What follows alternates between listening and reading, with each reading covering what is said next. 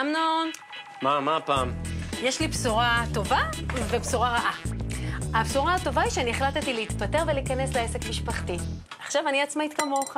נוכל לעבוד ביחד. זו הבשורה הטובה. מה, לא? לא, זה לא, אבל מה הרעה? שכנראה אנחנו נצטרך להתגרש. מה קורה פה? די, נו, בצחוק. אני הבנתי פשוט שאם אנחנו זוג נשוי ויש לנו עסק משותף, אז בעצם אנחנו צריכים לשלם מס כפול לתפארת מדינת ישראל. מה פתאום? נו, באמת. רגע, מי סיפר לך את זה? ציפורה. אתה לא זוכר שהיא כל הזמן הייתה מקטרת? היא הייתה אומרת שאם הם היו שכירים או לא נשואים, הם היו משלמים מחצית ממדרגת המס? עד מחכי, זה אני חייב לבדוק. שנייה אחת, הלחצת אותי. שינו כבר את החוק. באמת?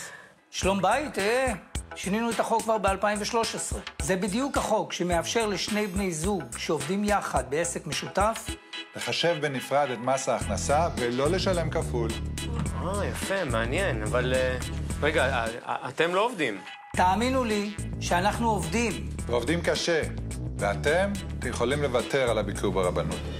יהדות התורה מחוקקים עם נשמה, ג' הבחירה נכונה.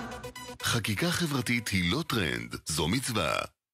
איזו מפלגה הצליחה להגדיל את קצבאות הילדים ולבטל את אגרת טיפת חלב? א', מרץ? ב', הבית היהודי?